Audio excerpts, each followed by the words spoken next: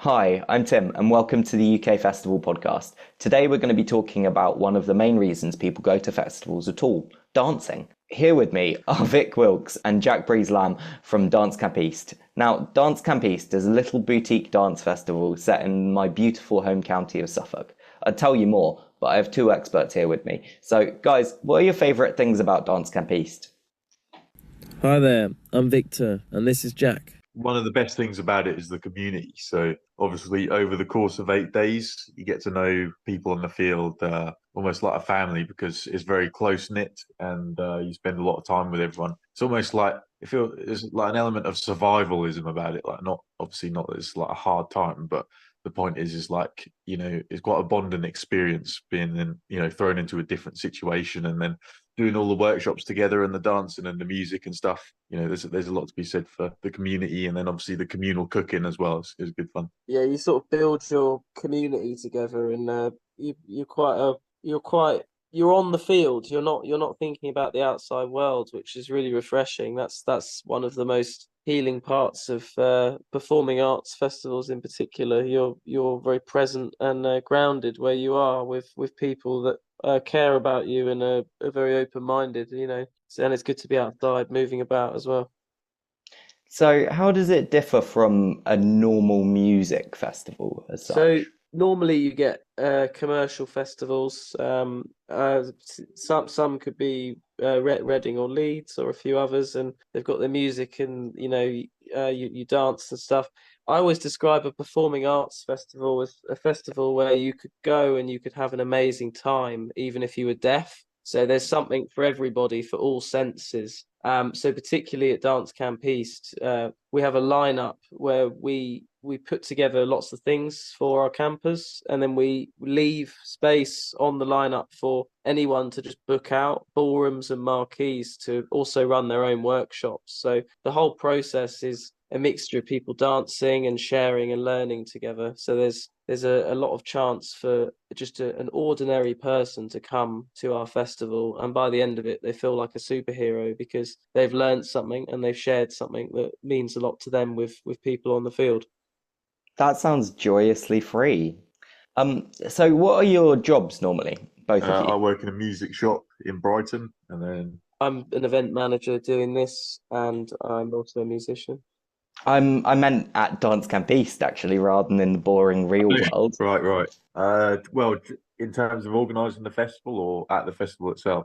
Both, In both. So terms of organising it, I mean, we've both been doing sales, haven't we? And then yeah, you we've know, got we've been doing sort of sales and marketing at the minute just to sort of get the word out there. And that's sort of something that you have to do whether you want to or not. That's sort of the boring side of it. In terms of what we mainly do though is we have to we build a festival from a concept. We have to create an idea, and we have to build create a lineup, and then find the team of people who are able to deliver it. In a way that everyone gets what they want, and they feel safe on the field and they have an amazing time. So it's a lot of it is thinking it through, just yeah. how are you gonna vision this festival, and how are you going to actualize it, and what are the resources and people you need. So it's quite a big role to have, really. It's something that definitely requires a lot of thought and love. Are there any other core members of the crew that you'd like to shout out? Yeah, we've got Karina on the core as well. So it's myself and Jack and Karina, and then we've got over 3 dozen volunteers who are on the crew as well. So big shout out to the crew, who are really active. It's nice, like you join the community and everyone is still chatting along all the year round because we're all so close. So, how many people did you have come last We year? had a couple of hundred come last year, and this year we're scaling things up to between 300 and 500 people based on last year. And quite crucially, at the minute, there is a maximum of 500 people. The emphasis being that you know your community quite well by the end of the week. It's a place where you feel safe, and around the campfires, there's all sorts of friendly faces and people that you've had and shared amazing experiences with. Mm. It's Yeah, like a I found. family. It's Carry like a on. family. I found that 500 persons is often like a sweet spot for a festival because you don't have all the logistical nightmares of a big festival, but you've got loads of people, loads of stuff going on. It feels really lively.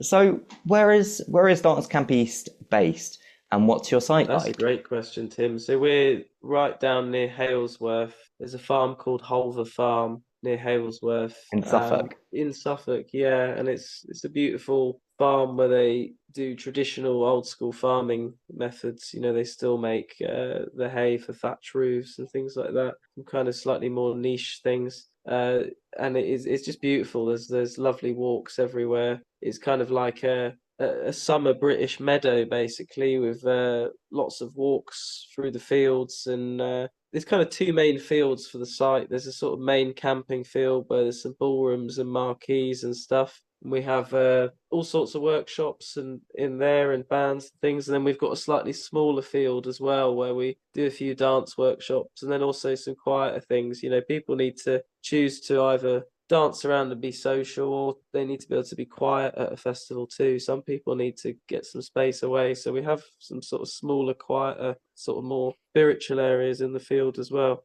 Yeah, one thing I've been noticing at festivals, which I've been really, really, really loving, is a lot of places have started like setting up a marquee as an art gallery and just having some of the local visual artists display their work in it. And I think that's just such a nice little attraction to have, and it's really comparatively easy to do too. Yeah, that's nice. And then it's quite nice, that sort of stuff, because you're starting to get the community involved, right? Because often those people that are putting the art in there are campers themselves, and then all of a sudden you've got people contributing to the environment. So, what's the most beautiful festival site you guys have been to? And what made it so special? I've not been to loads. I mean, the dance camp one is nice because it's got a nice sort of atmosphere around it. It's in a nice part of Suffolk, and Mhm. sort of it does feel nice and detached from the rest of the world. You definitely get some festivals that are beautiful, and you get some that are less beautiful, and it's really changed. Reading and Leeds. Well, yeah, I didn't know if I Yeah. was allowed to name drop, but yeah, they're really not the most beautiful, are they? Mate, Um, if Live Nation ever give me anything, then I will stop calling them out. Until that point, carry on, my friend. fair enough. Yeah, and as for me, the festivals that I found really beautiful would be Boomtown for the lighting. So I go for music, you know, but I mentioned performing arts festivals earlier. You know, they tend to try and treat you across all sorts of senses. So when I went to I think there's the Psytrance Tribe of Frogs stage at Boomtown. The lighting there was phenomenal. It changed my life in terms of is very, very high quality. And then also Glastonbury Festival's nice. I just like that kind of, you know, sort of a evolving landscape of tents and workshops and things and people. It's just amazing. Hmm. A couple of places I checked out last year had a sea view. So Equinox and Tropical Pressure in Cornwall and Lincolnshire, respectively, both look out over the ocean, and it adds quite a lot to a festival. It's really cool.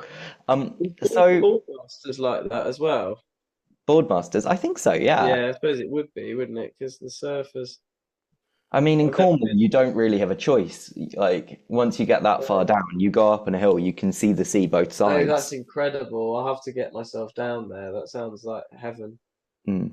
So, back to the main point. What sort of dance is Dance Campese focused on? Is it like folk dancing or contemporary or something completely That's a different? great question again. So it originated 30 years ago at Dance Camp East. That's how old it is. Over that, it started out as circle dance, which is, you know, that's very that's a very acquired taste. You know, Is it a I'll give very traditional form of folk dancing or? absolutely, in a way. I'm not going to try and say what the cultural origins are because I'm not quite sure. But you know, you can always search it up. So essentially, there'll be a musician and then there'll be people dancing in a circle, holding hands, going round, and the circle comes in and comes out. They do various movements, but it started off as that, and there's all sorts of dancing now. We've got ballroom style, salsa, belly dancing. We've got tribal dancing. We've got ecstatic dance, sound journeys, DJ sets, five rhythms. lullaby ambient. We've got folk musicians around the bonfire as well, things like that. So it's kind of it's like a fairy tale paradise, really. There literally is everything. We're also going to be hopefully doing silent discos as well, so we can kind of have music going even later into the night this year, because we do have sound systems, but obviously it's a mix. You know, some people want acoustic, some people want the sound system, so every night is a little bit different. Mm. Yeah, it can be a bit of a challenge trying to deal with the crowd who wants to sit around a bonfire quietly and the crowd who wants to just stick their head in a speaker bucket, you know? They, Absolutely. there is a We bit do of sort of play. crossover. Yeah, Pardon? we do have a lot of we've got campsites, well, as in like the circles are sort of placed around the field, so you've got like a quiet area as well, and there's also a children's zone as well. So I think Karina's organising like the kids zone, sort of that would be a little bit further out as well, where kids can sort of go and have a bit of peace and quiet as well and play around. Yeah, it's quite funny the kids needing peace and quiet from the adults rather than the adults the Well, kids. yeah, we'll see. Yeah, it might be the other way around. So, what were your favourite things on last year at Do you Dancing want to Beast? start? Do you want to start with that, Jack? What was your favourite thing? As in like event or workshop or Workshop or activity or performance or whatever. there was a couple of great DJs that played last year. So, I mean, for example, Ross and Nathan, big shout out to them who are playing this year as well. They do these amazing sort of ecstatic dance journeys. So, originally, like we were going to sort of put even more emphasis on the ecstatic dance this year. But obviously, we want to make it quite varied and all the rest of it. But Ross and Nathan, their ecstatic dance journeys, like I've been to see a few of them in Brighton as well, where they play their sort of like techno set stuff. They're always good fun, and they're really sort of good at what they do, because it's basically cross genre DJing. So they'll start off with like ambient music or like even like soundtrack music or something, and then it will go all the way up to like really sort of hypey drum and bass and stuff like that. And Victor as well did a good set, ecstatic dance set last year as well, so that was cool. How about you, Vic? What was your favourite I activity? liked the ice bath.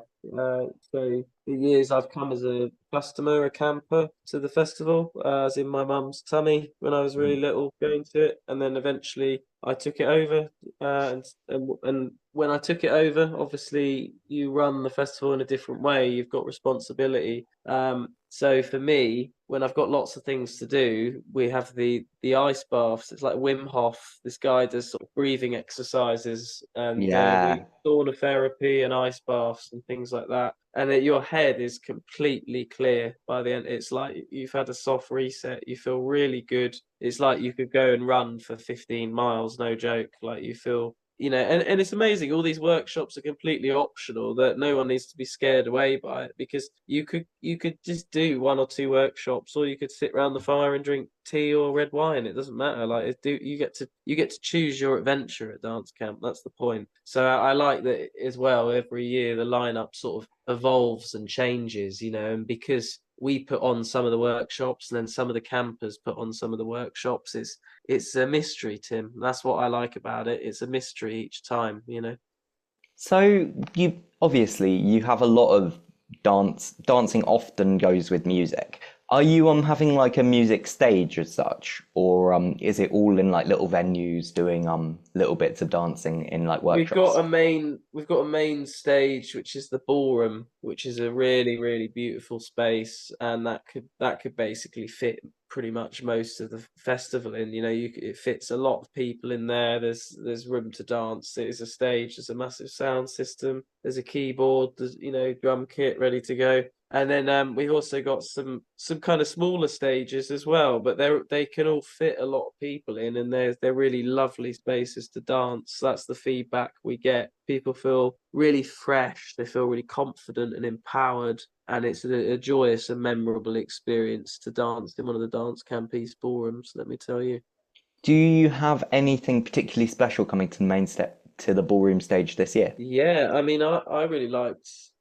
So to my left here, Jack is a classical pianist. So one of his sets he does these blindfolded piano sets, all classical, and just lovely to sort of Oh, either I'll do that next year. absolutely, and either you're walking around and you hear it drifting around the field, or you're sat in there taking it all in, and it's something that you would normally see not at a festival. So it's kind of bringing it to a festival is it's really cool.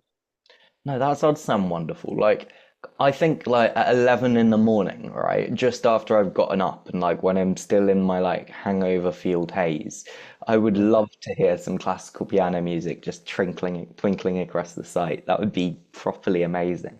Tim, I'll Um, do that just for you if you come along. Oh, I will try and make my way down. So, I don't know if I can, to be honest. I'm not sure what my timetable looks like that weekend. I'm pretty busy this year, but it may well be that I want to. So we'll find out.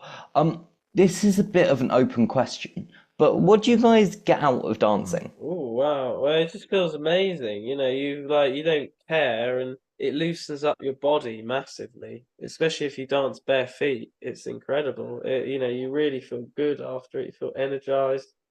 It depends on the dance as well. I mean, we've got more sort of I don't know how do you describe it, like practice dances, and then we've got like DJ sets where you can just dance however you want, and it's kind of like a club night or whatever in the sun. I don't know. It's yeah. I mean, ecstatic dance especially is one that's quite fun because you can sort of feel the rise and fall of energy of the set itself. With all the different styles of music. Yeah, it's like an emotional journey, and well, sometimes choosing to wield those feelings for a bit is quite empowering. I mean, that's why most people come to festivals. There's a feeling that's almost above language. It's indescribable, but it feels good and it's loving, and people get a lot out of it.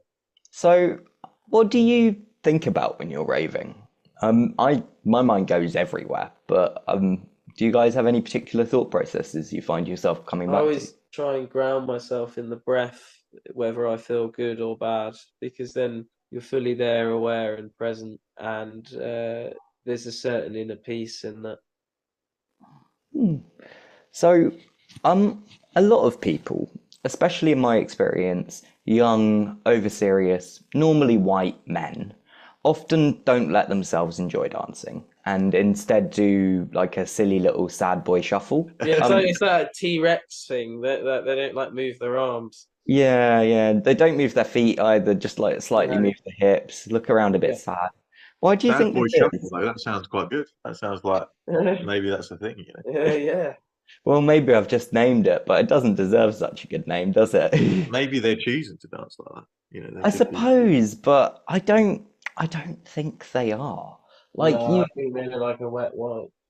yeah, you see these lads, right? And they're like big, burly, proper manly men, and they just don't I think they feel like it's an affront to their masculinity to like Mm. let themselves properly go. Well, surely real masculinity would be kind of a self-assuredness and not caring too much, about I that. I agree with you, Vic. That's why I'm bringing up that they look a bit silly, you know? They look like prats Um, because they're so unwilling to embarrass themselves. They embarrass themselves. Like the Mm. first time I realized about this, I was looking around at Boomtown and I was looking to see who looks like they're having the most fun. And it wasn't the sad boy shufflers, it was the people who are going crazy and letting themselves go completely loose. that is a good game to play. Who looks like they're having the most fun? Because like there's almost endless levels to that. It's like, okay, that crowd there's having a good time, but I mean that kid over there, wow, he's really enjoying himself. Yeah. Oh God, that girl lying down in the corner might be enjoying herself too much. Yeah, yeah, bring over the water. Yeah. So, do you have any tips for someone who wants to dance but feels like they can't for whatever reason? Oh, Oh, well, that's a good question. you I mean, came to the right place. come to dance camp. That's it really, because with dance camp, it's like no one really cares. Like everyone there is, it's an open space. That's It's that's for the all main thing levels. about it. It's for all levels. Like we make everyone feel like a superhero. That's the thing.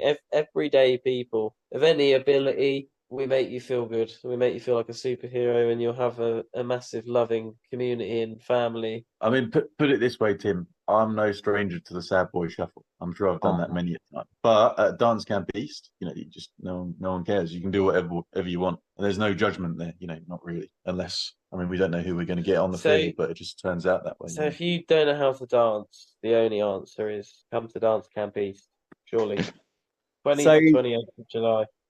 so as like at least theoretically competent dancers, what's your opinion on enthusiastic but utterly unskilled people. Like, I mean, it's nice to see them do it, but is Well, it funny? That's the best kind of dancing, no, really. that's great. As long as they're having a good time, it's like, why would you judge them? It's like, good. I mean, some people that dance on the field, you can see they're sort of tapping into something. I don't really know what they're tapping into. It's like some sort of visual Yeah. element to their dance, and that a lot of people will enjoy it that way, by like sort of, I don't know, visualizing the music and sort of cutting shapes to that. Yeah. So, have you got any immediate tips you could give to improve like your average bloke's dancing? A lot of alcohol and no. Just just shake it about and have a good time. Just move everything. Hmm. So, do you think there's an interaction between like formal choreographed dancing, like, ballet or ballroom and stuff, and like typical club and festival dance floor? Are there any through lines you see? Yeah. Interesting question. There probably is. I think the synchronization of like organized dance is quite special in its own way of like, oh, you're sort of like all part of this one dance as opposed to like everyone dancing their own thing. So there's definitely something to be said for trying that out as well. But when it comes to like dancing in a club or DJ space, then I suppose the parallels would be just that you're moving yourself and you're getting something out of it. They do feel quite different, but it's also the type of music that's playing. If the beat's different, you will naturally move differently with it, and everyone has a personal preference. I don't really like dancing at clubs. I like dancing at festivals. I mean, is that dependent on the music or dependent on the environment? Like, because I don't like dancing at clubs because I don't like being, having 1 meter square and then being rammed into the guy in front and the lady behind. And, Well, yeah, I don't like the environment of a club either. I think it's terrible. It's kind of sad though, because So, it means we can only really party in well, summer. yeah, no, it is true. Ross and Nathan's club nights. Yeah, Ross and Nathan's club nights are an exception. Where do you hold them? Where do they hold them? They Sorry. hold them in Brighton. In like Volks or Patterns, for example. Yeah. They're the two main clubs that do it. It's called the Lupus Phenomena. Loop. LUPES Phenomena. Oh, that sounds wonderful. If Yeah, I'm they're ever in like- Brighton, I'll keep a lookout. And they'll be playing at Dance Gambis as well. So Oh, nice.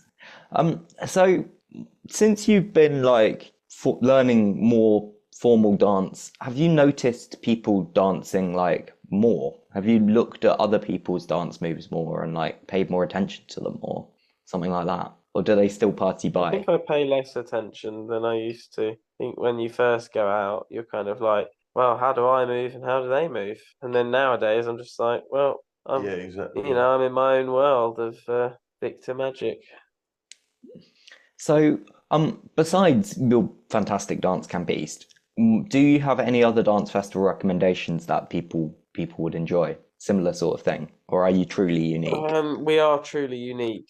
There is nothing like us. There is in terms of what we do, there is nothing that comes close. There's nothing that rivals us or emulates us. There are festivals that are different. I would absolutely recommend, and that's the beauty of festivals. So Glastonbury, I'd recommend. Boomtown, I'd recommend. But those are huge. Like they're a very very different thing. But Oh, so okay. far, So in terms of, do you want a small festival well, recommendation? I want ones that, I mean, you're totally unique, so there isn't anything like you. There's not. But There's not. yeah, Our closest rivals and competitors. I can't even call them competitors because what they offer is subpar to what we offer. oof, fair enough. I'm not gonna get you to name names on that one. No. So, um, if you like, what's your favorite performance you've had at Dance Camp East up till now? We had fire spinners, so people spinning fireballs basically, whilst there was a drum circle playing on a massive bonfire. That was quite cool. So Oh, I love that felt quite wild. which troupe was it? There are a few who are I active. don't actually know the name of them. I have no idea. We booked them about 3 or 4 years ago. I don't have the details to hand, but there's probably about 20 or 30 drummers and 5 or 6 fire spinners and just a big bonfire. It was good, and everyone had just done a big band night in the main ballroom, and there had been a bar and lots of fun, and then it spilled out into a bonfire outside with the drum circle and the fire spinning.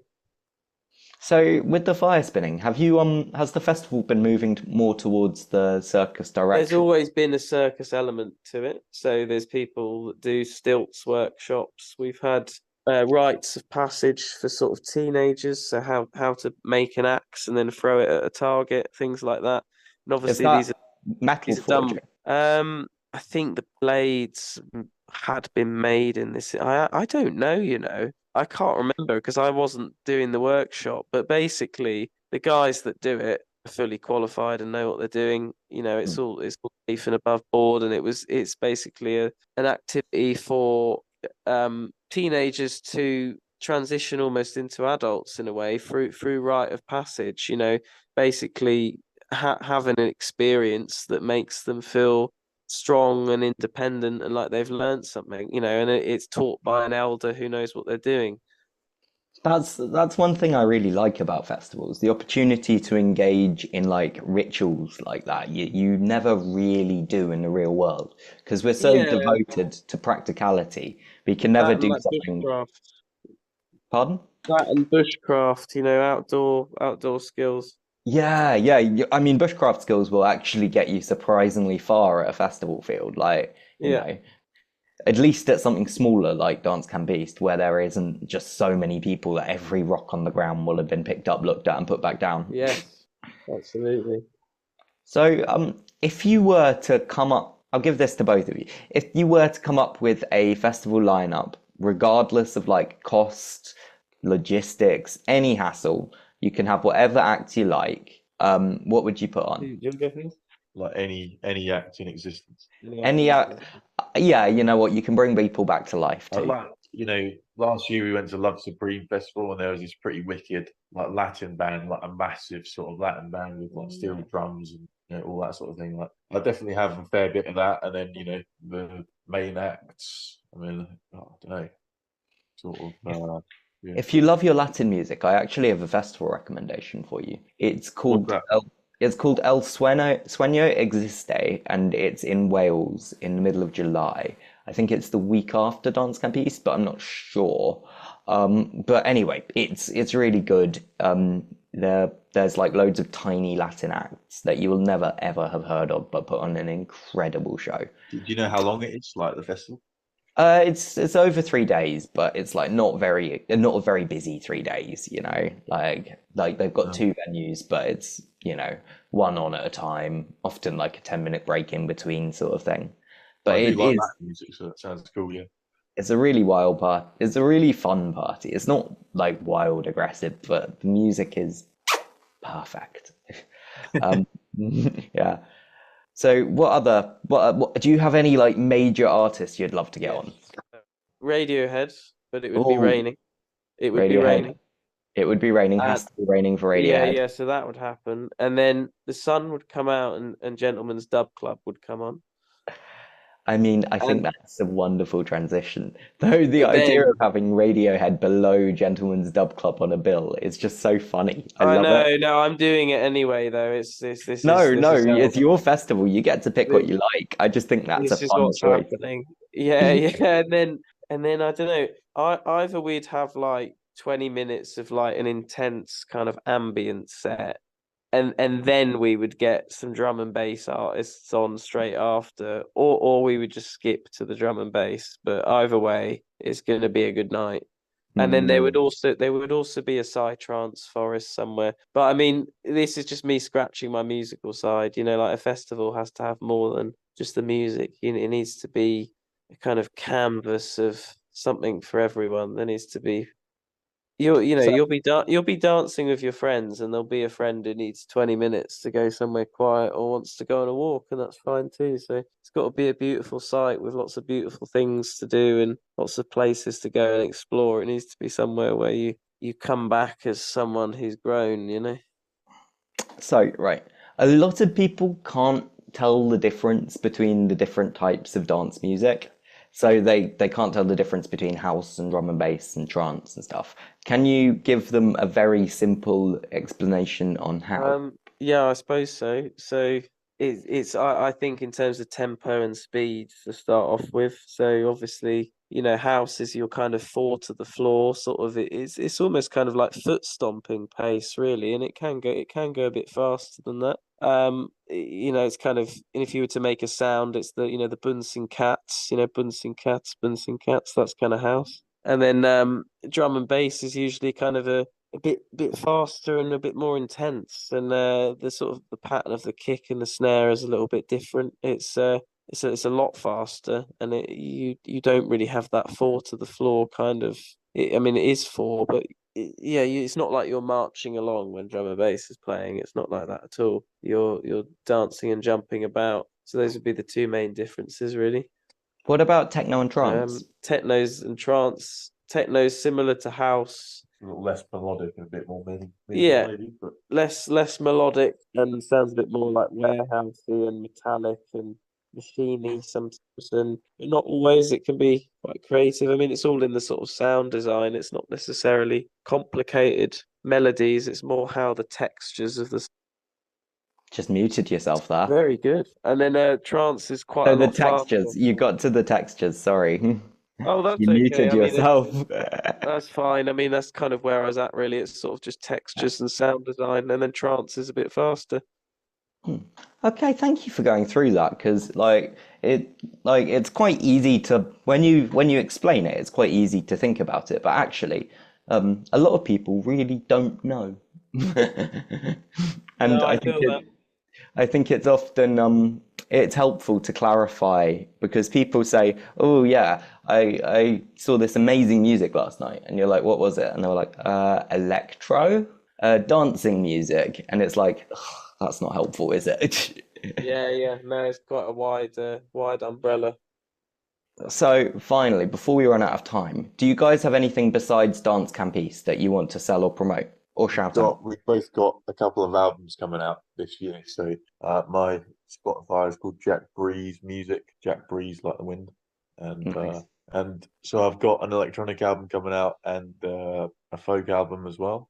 And then Oh, awesome. Victor, I think, is the same. You know. Yeah, I've got a dance album and a folk album out too, and I'm called QSIN with 3 0 zeros on the end. So QSIN 000, and we've both got two albums coming out. Ah, that's so exciting. Well done for being such creative souls. Anyway, thanks for coming on to my podcast. Do you have anything else you want to add before we finish? Well, we're just very grateful to have you. You know, have this call with you, Tim, and it's nice to chat to you. And yeah, hopefully you can come to the festival. I hope I can too, man. I really hope I It's can. it's the 20th to the 28th of July, and the ticket link is at www.dancecampeast.com. Okay, I will make sure to get that all shared. Thanks so much for your time, guys. We're about to run out on the meeting now, but it will be great. I will see you both soon. Love you very much. Bye, mate. Bye. Cheers, bud.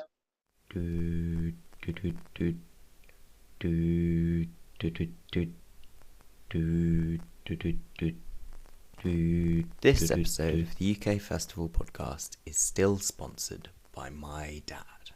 If you want to change that, get in contact with me and give me some money.